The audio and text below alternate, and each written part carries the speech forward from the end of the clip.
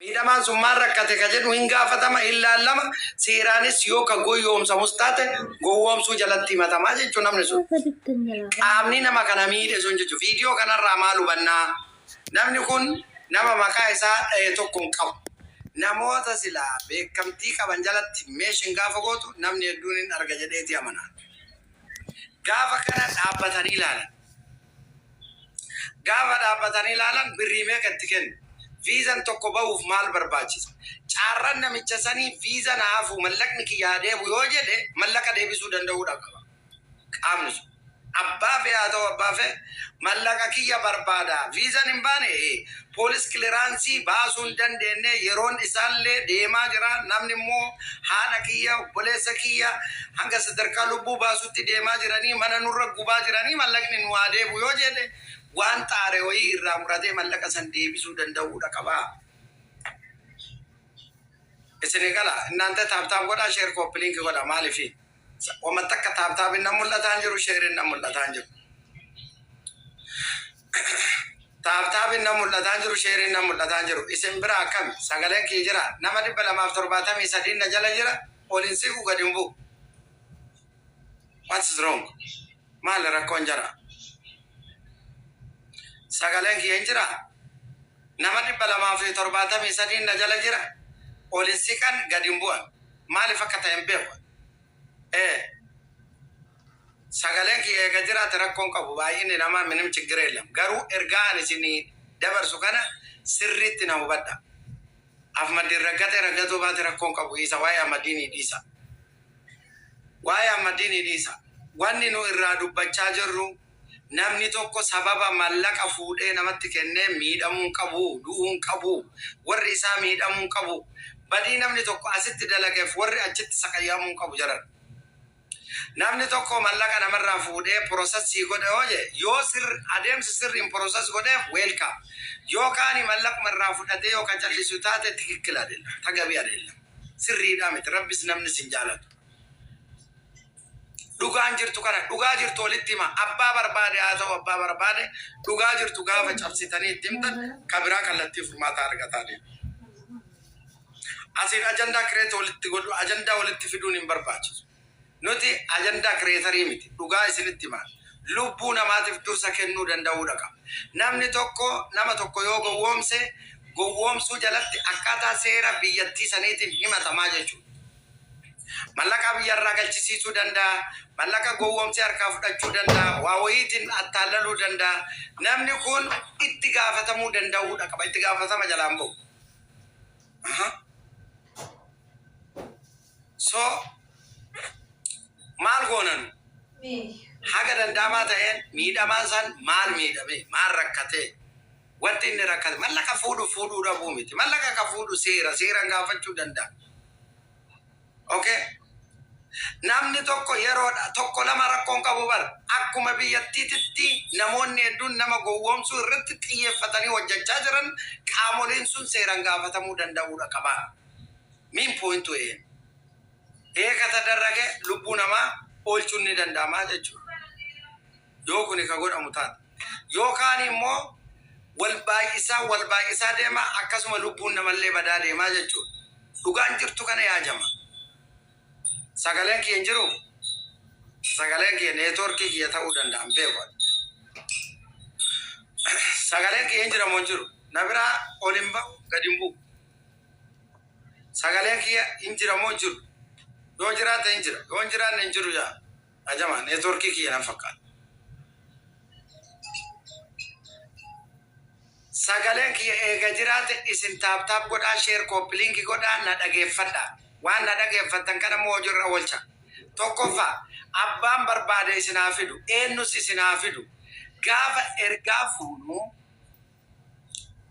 abboo maaliif geemina ergata namni kun immoo eela dhageeffadhaa sirritti gaafa ergaa namarraa fuunu qaama miidhesan meeshin gooneen deemu miidhamaa meeshin goon miidhamaa dubbiif miidhamaa huban miidhamaan gaafa gabbayee dubbate rakkoo isaa gaafa dubbate tariiti namni gaafa itti jabaateetiin waan fuudhu dhabe namni rakkate hoomacha qabata hanga sadarkaa lubbuu ofiitti deemuu danda'a jechuudha.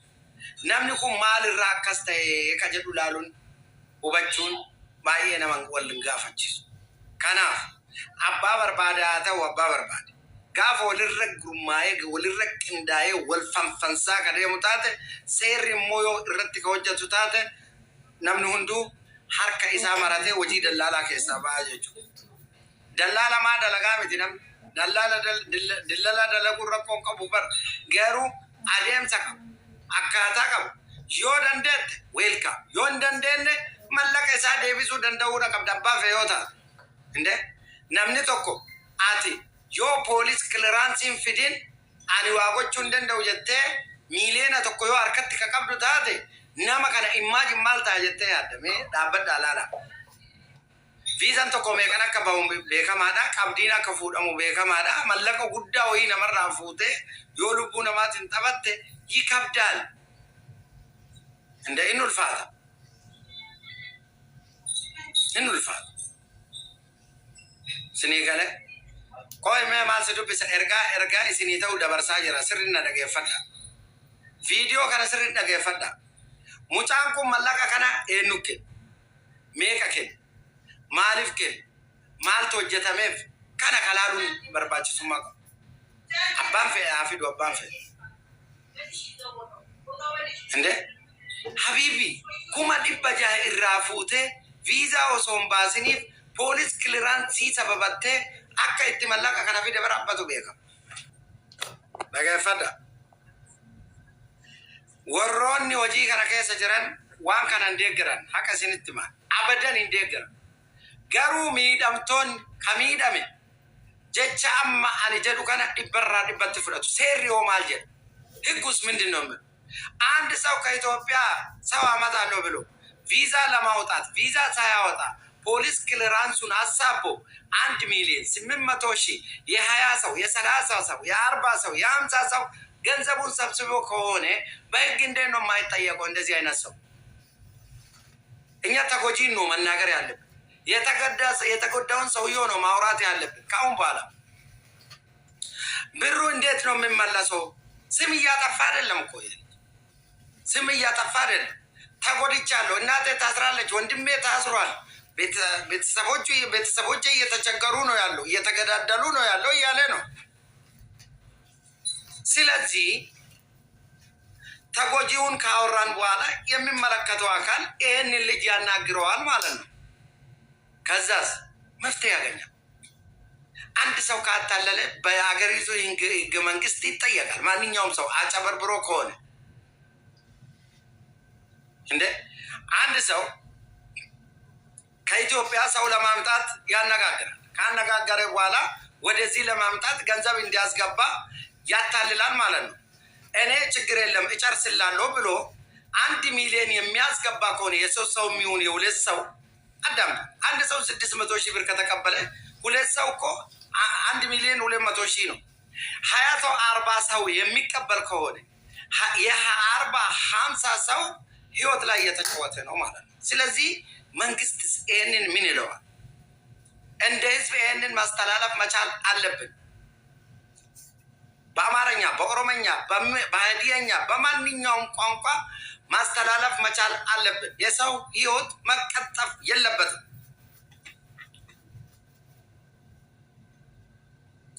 ትክክለኛ ነገር ካወራን በአብዛኛ እዚህ ሀገር የሚሞተው ሰው እውነትም አጀሉ ደርሶት ነው።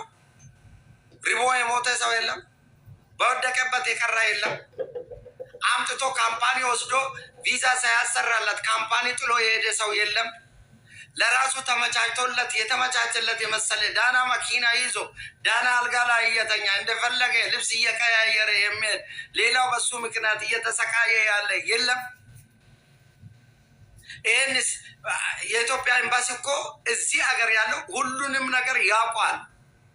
መፍትሄ ለመስጠት ሲሄዱ እነኚህ ሰዎች ስልክ አያነሱም። በፊት ሲደውሉበት የነበሩ ራሱ ሌላ ስልክ ነው። በስማቸው የወጣ ሲም አይደለም ሲቀጥ። ስለዚህ ይህንን እንዴት ነው መቅረፍ የምንችለው? አንድ በመሆን በጋራ ማጥፋት እንችላለን። ዋናዎቹ ላይ መሰማራት ነው፣ መረባረብ ነው መቻል ያለ። ይህንን ካደረግን የድሃ እናት ልጅ እዚህ ያለ አግባብ አይሞትም። ወንድማችን አሁን የሶስት ሰው ህይወት ነው። በሶስት ሰው ህይወት ተጫወተ፣ በራሱ ህይወት ተጫወተ፣ በእናትየው ህይወት ተጫወተ፣ በወንድምየው ህይወት ተጫወተ። ዘር ማንዘሩ እየተሰቃየ ነው ያለ። እዚህ ተቀባዩ ደስ ብሎ ተቀብሎ ነው እየኖረ ያለ። ስለዚህ አንድ ኢትዮጵያዊ እዚህ ሀገር ላይ ሲሰቃይ እያየን የምናልፍ ከሆነ ወደፊት ምንድን ነው የሚሆነው? እነኚህ ልጆች ዕጣ ፈንታ ምንድን ነው የሚሆነው የሚለውን ማሰብ ነው መቻል ያለ። ግልጽ ነው ኢላ አፋን ኦሮሞቲና ደጋዎ ዲደንጀቹ ወላሂ ቢላሂ sabni biraa hin jira, qaamni seeraa hin jira. Akka barbaanne dubbachuu dandeenya isinii galee. Kanaaf ijoolleen na jala jirtan kan miidhamtanii himata na biraa qabdanis amma booda tokko keessanii dhuftanii viidiyoo qofa akka biyya keessa san argitanii miidhamaa qofa dubbi. Tarkaanfii gowwoomsuu irratti fudhachuu ka qabu seeraa jechuudha. Biyyarraa kaasee hanga biyya kanatti gaafatuu hin danda'amu mootummaan namoota akkatti lubbuu namaatiin taphata. መጥፋት ነው መቻል ያለበት። እነኛ እንደዚህ አይነት ሰዎች እንደ አያና ረዮ ጅራና አቦና ማሜ ቀዱ ፊያሲት አነና ሰቃያ ጅራ ማና አከት በልበለ በነደ ገሉን ደቤ ጅራቦ እንደ ሙጫማ ቪዲዮ አንገላ ከሰካን ወላሂ ቢላሂ ጉያ ሰዲ ፊኛነ ኢጆሌ ዳላታ አምቦት nama sadi lubbu nama sadi tintabate lubbu ofi tintabate haala jalaa hidhanii obboleessa jalaa hidhanii haala siqaa hamaa kana keessa jira jechuudha. Gurbaa kana viisa yoon baaneef mallaqni isaa sababni hin deebineef maal? Lamni dinoo maa hin mallasilleet gazzabu? Birriin isaa maaliif hin deebinee jedha baran. Nama tokko mallaqa irraa fuutee sababa poolis kiliraansiitiin viizan bahuu yoo hin dandeenye atuu piroosatiin goone birrii isaa maaliif riifan hin goone bire maaliif hin deebifne birrii isaa lamni dinoo maat mallisilleet. Abbaa feetan ta'a sababa poolis kiliraansiitiin mallaqa keessan galchitanii mallaqni keessan dallaala bira yoo ka jiraatu taate ani hin barbaadu mallaquma kiyya naa deebisi jedhaan yoo barbaade 50 xaarii fi baasii isaa asii fi achi jedhe yoo sababeeffate 50 irraa murate birrii kan kee guutumaan guututti si haa deebisu. Idaa nama asiin wazzafa asiin fuudha asiin daffana asiin fuudha lubbuu namaatiin taphachuun hin barbaachisu. አያስፈልግም። የኢትዮጵያ ኤምባሲና ኮሚኒቲ በዚህ ጉዳይ ዙሪያ መስራት መቻል አለባቸው። እኛም ከነሱ ጎን ነን እንደ ህዝብ ማለት በጣም እየሰራ ነው ያለ እንደ አንበላም አንጠጣም ብለን ሌላ ስራ ትተን ከኢትዮጵያ ኤምባሲና ከኮሚኒቲ ጋር በመሆን እንደዚህ አይነት አጨበርባሪዎች ማጥፋት መቻል አለብን። አራነት ምንድነው ሰው ማስፈራራት? በህግ ጠይቀኝ ማለት ምን ማለት ነው? ድምጽ እያለ የራስ ድምጽ እያለ አካውንት ልከለት ገንዘብ አስገባ ብለን በህግ ጠይቀኝ ማለት ምን ማለት ነው? እያታለለ ማታለል የሚለው እኮ በኢትዮጵያ ህገ መንግስት